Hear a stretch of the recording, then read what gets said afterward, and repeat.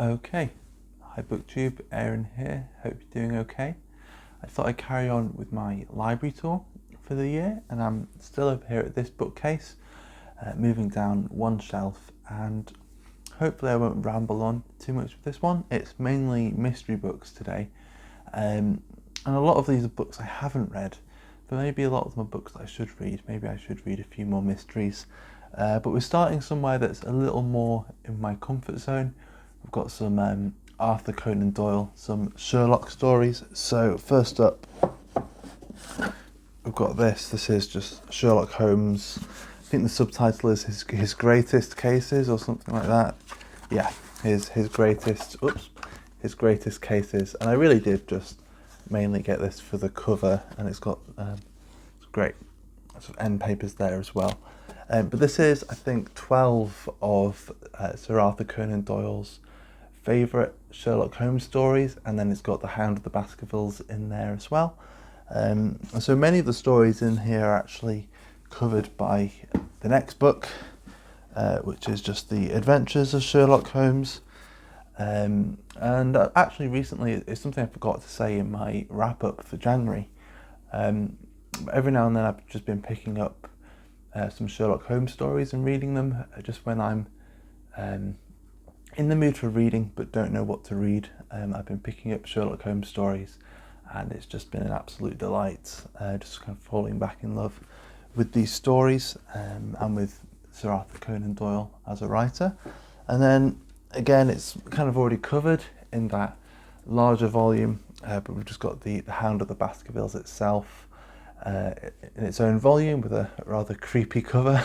And this was the first Sherlock Holmes I ever read. I read this when I was a kid. And then again, fairly sort of tame territory, I suppose, but I actually haven't read any of these. We've got Poirot in the Orient, so 3 Poirot stories by Agatha Christie. This has Murder in Mesopotamia, Death on the Nile, and Appointment with Death. I think I've seen adaptations of all of these, and I think I always get Murder in Mesopotamia and Appointment with Death muddled up. But I could, maybe if I read them, they would stand out a little more for me. And then staying with Agatha Christie, if I can stop the books from falling over, we've got The Secret Adversary, which I think is another. Oh no, this is a Tommy and Tuppence book. I was on the verge of saying it was a Poirot book, but it's a Tommy and Tuppence book. Then we've got the Mammoth Book of Historical Detectives. I haven't read this. Jasmine, my wife, has read it, and she says it's the kind of thing I'd enjoy.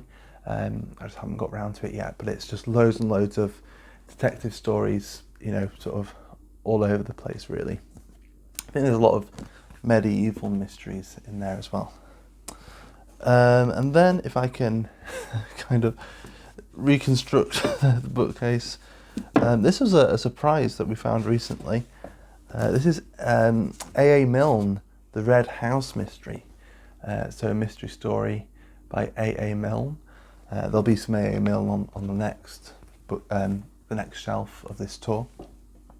And then we've got loads and loads of these British crime classics from the British Library, which always look really, really good.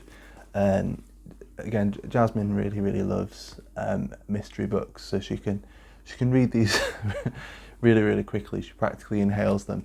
So we've got Continental Crime, so it's just loads and loads of short stories set all over Europe.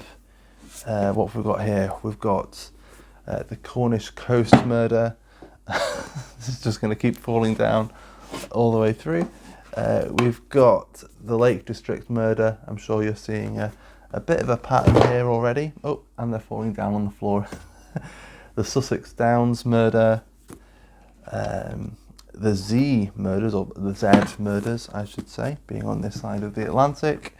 And finally, 13 Guests, which is one of the few without the word murder in the title.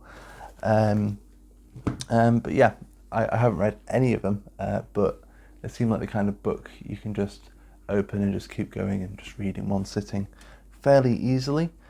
Next, we've got Miss Phryne Fisher Investigates. Again, one I haven't read, but really enjoyed the TV show. I think is it called Miss Fisher's Detective Agency? Something like that. I thought it was really, really entertaining, and so we just picked this up just to see where it came from. It's based on this. Next is Mary Stuart. I bought this book and started it, but I didn't really get that far. It's Airs Above the Ground. I bought this a while ago for the Euros reading challenge that Mark from Book Time with Elvis was doing, and we were all given a country, and we had to read stuff from that country until they were beaten by somebody else. And I was given Austria, and so I was looking for stuff either written by someone from Austria or set in Austria. And a large part of this is set just outside of Vienna, I believe. And I bought another book, and I just decided to read 30 pages from each, and whichever I preferred, I would read. And unfortunately, I preferred the other book more than this one, and so I never got any further. So I need to get to it at some point. Again, it's not very long. I could probably read it quite quickly, but I just haven't made the time for it yet. Then next up we have got Georgette Heyer, Envious Casca.